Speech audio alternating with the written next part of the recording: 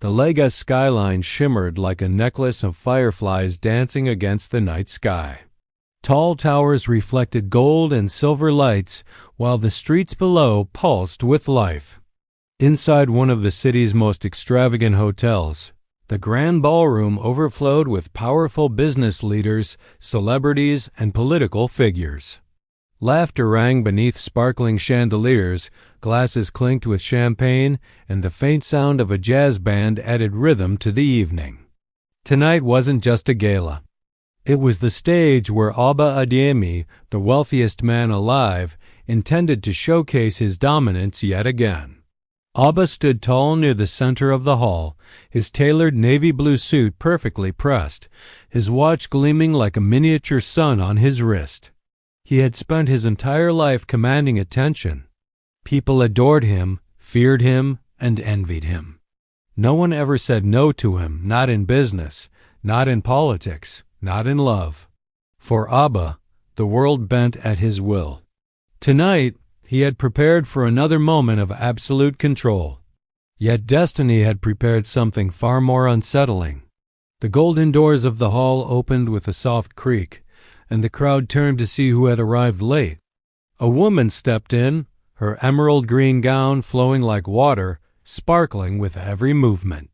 Her hair was styled simply, yet elegantly, and her calm expression silenced conversations as though the air itself paused to watch her. She was Amara, known among her community not for wealth, but for her dignity, intellect, and independence. Her presence was unexpected, but it was her quiet confidence that drew every eye. Oba's gaze locked onto her. His lips curved into a smirk, the kind of smile that had conquered countless hearts. With slow, deliberate steps, he took the microphone. The audience grew hushed, anticipating yet another performance of power from the man they called untouchable. Oba's voice boomed across the room. "Ladies and gentlemen, tonight is different. Tonight I offer the greatest gift a man can offer. Amara, step forward. Join me. I offer you my empire, my name, and everything a woman could ever desire." Gasps filled the air. Women pressed their lips in disbelief, some jealous, some awestruck. Men exchanged glances, nodding at what they believed was inevitable. For years, women had dreamed of a moment like this to be chosen by Abba Adeyemi.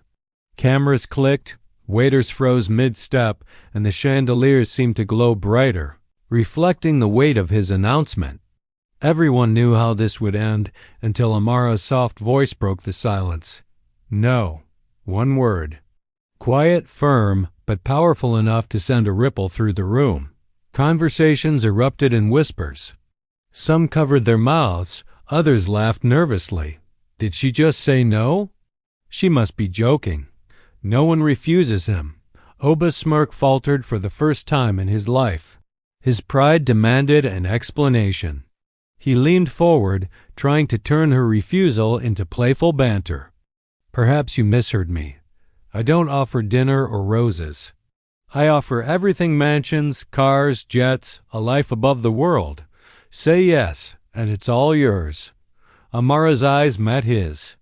Calm, steady, unshaken. She shook her head gently, her emerald gown catching the light like a shield of quiet defiance. "I heard you clearly. My answer is still no." The air in the ballroom grew heavier. Whispers turned into sharp murmurs. Some guests sneered, others pitied her. Ungrateful. Does she know who she's rejecting? She's embarrassing him. Oba's circle of advisors in sleek suits exchanged worried looks. Never before had their leader been challenged so publicly. Oba tried again, his tone sharpened by disbelief. "Do you understand what you're saying? I could give you the world. Do you think anyone else would dare refuse me?" His voice was smooth, yet cracks of desperation slipped through. Amara's lips curved slightly, not in mockery, but in composure. She stepped closer, her voice carrying across the hall without the need for volume. "Respect is not something you can buy. Love is not a contract signed with wealth. And freedom is priceless. If I give that away, then I would truly have nothing. For a moment, silence swallowed the room. Even the band stopped playing. The chandeliers reflected a frozen audience, every pair of eyes locked on her. Oba's chest tightened. His empire, built on power and obedience, seemed to shrink in this moment of defiance. He tried to mask the sting, but the weight of humiliation pressed hard. He leaned closer, his voice lower now, trembling in a way none had ever heard. "Why, Amara? Why throw away what others would kill for?" Amara glanced toward the guests, then back at him. Her words struck like arrows. "Because some things are not for sale. You have money, yes, but money cannot buy dignity. And a man without dignity is poorer than the beggar on the street." Gasps filled the hall again. This time, there was no laughter, no nervous giggles, only shock. Some women looked at her with admiration. A few men clapped softly, quickly silencing themselves. But the seed had been planted. For the first time, people questioned Oba's untouchable aura. Music shifted in the background, soft drums and strings, a slow rhythm of tension. Camera zoomed on Oba's stiff jaw, his clenched fists. He tried to recover, but his voice betrayed him. "You think walking away makes you powerful? No, tonight is not over. I will prove to you, to all of them, that power belongs only to those who take it."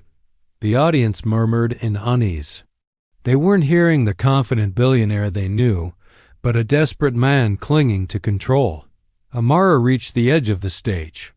She paused, turned slightly, her emerald gown flowing with her movement. Her voice was soft, yet it carried across the hall with sharp clarity. Power without respect is nothing but weakness. The chandeliers flickered as though the building itself absorbed her truth. The crowd sat frozen. And for the first time, Aba Adeyemi felt his empire tremble, not from competitors or enemies, but from one woman's quiet refusal. As Amara walked out into the Lagos night, the city lights reflected on her gown like scattered stars. She didn't hurry. She didn't look back.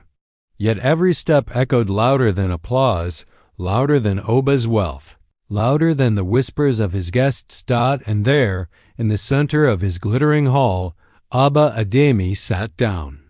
Not as the richest man alive, not as the untouchable emperor of wealth, but as a man who had been defeated by a single word: no. The grand ballroom was left buzzing long after Amara's footsteps faded into the Lagos night. Guests whispered furiously, some shaken, others in awe. Never before had the richest man alive, Aba Adeyemi, faced such public rejection. The man who had bent nations with his wealth sat silently in his velvet chair, his eyes burning with disbelief. The laughter of the crowd earlier in the night echoed in his mind, now twisted into the mocking memory of one quiet word: no. For days, Aba withdrew from public view. Newspapers speculated, business shows debated. Has the emperor fallen? Read one headline. Another whispered scandal. Is Aba losing his grip? But more disturbing than the media was his own reflection. Every morning, as he adjusted his crisp black suits in the mirror, he saw not power, but the shadow of a man stripped of certainty. He had expected awe. Instead, he received defiance. And no amount of money could erase that wound. Meanwhile, Amara returned to her ordinary life, but her world was no longer ordinary. Dressed in a flowing mustard yellow dress one afternoon, she walked through the crowded marketplace. People paused mid-bargain, their voices hushed. Mothers pointed her out to their daughters. Young men looked on with a mix of admiration and respect. She hadn't asked for fame, but dignity had made her a symbol. For the first time, she realized her simple act of refusal had ignited something larger than herself. At night, she sat by her small wooden desk, pen in hand, journaling her thoughts beneath the glow of a single lamp. "He thought he could buy me," she wrote, "but what he doesn't know is that my soul has never been for sale. If one woman stands, perhaps others will learn to stand too. But Amara's new life wasn't free from storms. Some mocked her in hushed tones. Critics online called her foolish, claiming she had thrown away riches generations could only dream of. Anonymous threats arrived in her inbox. Women like you must be taught a lesson. Yet she refused to bend. Her courage deepened, her resolve stronger with every insult hurled her way. Then came the unexpected call. The United Nations had heard of her defiance, of how a woman stood in the face of unimaginable wealth and said no. They wanted her to speak at a global conference on dignity and women's empowerment. Amara hesitated. Could her quiet no truly inspire on such a scale? But then she remembered the girls in the market, their wide eyes following her. She could not stay silent. The night of the conference arrived. In Geneva, far from Lagos, the grand hall sparkled with blue and gold lights. Delegates from across the world filled the seats. Translators whispered in dozens of languages. Amara entered in a graceful royal blue gown, her head held high. Cameras flashed. The air felt heavy, charged with anticipation. As she walked onto the stage, silence blanketed the hall. For a brief moment, she saw Abba in her memory, his smirk, his arrogance, his collapse. She steadied her breath and began. I was told once that everything could be bought. That dignity was just another commodity on the shelf of wealth. But I stand here to say no. There are things beyond purchase. Dignity, love, freedom, these are priceless. The audience leaned in. Every pause felt deliberate, every word wrapped in authenticity. She spoke of the market women back home, of the small business owners fighting to be seen, of young girls being told to silence their voices. Her voice didn't tremble. It soared, as though carried by the millions who needed to hear it. As her final words fell, the hall erupted into thunderous applause. Delegates rose to their feet, clapping until their hands burned. Some wiped tears from their eyes. For the first time, Amara realized she had become more than a woman who said no. She had become a voice for countless others who couldn't yet find the courage to speak. Back in Lagos, Abba watched the broadcast from his glass-walled penthouse. His empire stretched beneath him, skyscrapers, highways, fleets of cars, but none of it silenced the storm within. He saw her standing tall on the world stage, respected, celebrated, untouchable in her own way. He poured himself a glass of wine, but it trembled in his hand. For the first time in decades, he felt powerless. Days later, their paths crossed once more. At an international gala in Accra, Amara stood near the garden terrace, dressed in a soft lavender gown that shimmered in the moonlight. She spoke with young entrepreneurs, encouraging them with stories of resilience. Oba entered quietly, his usual entourage absent. For once, he wasn't the center of attention. He approached her, his steps slower than before, his shoulders slightly bent, not in weakness, but in humility. Amara, he began, his voice stripped of arrogance. The world has crowned you with respect. And I have been left with silence. She turned, her expression calm, unreadable. He continued, his tone carrying a weight foreign to him. You taught me something I never knew. Money builds empires, but it cannot build peace. For that I must thank you. I came tonight not to offer, not to command, but to apologize. The crowd nearby grew curious, watching the once mighty billionaire bow his head. Amara studied him for a moment, then spoke softly, her words carrying grace. Acknowledgement is the first step toward change. If you truly understand, then use your wealth not to control, but to uplift. Dignity grows when we serve, not when we dominate. Oba's eyes lowered. For once he didn't argue. He nodded slowly, a man humbled by the very person he once thought powerless. As the evening drew on, the world saw a different picture, not of a billionaire and his empire, but of a woman whose quiet defiance had redrawn the lines of power. Cameras captured the moment, spreading it across continents. Articles wrote of Amara, the woman who said no, who had reshaped the definition of strength. Later that night, Amara returned to her hotel room. She looked out the window at the sparkling city below. She didn't crave luxury nor applause.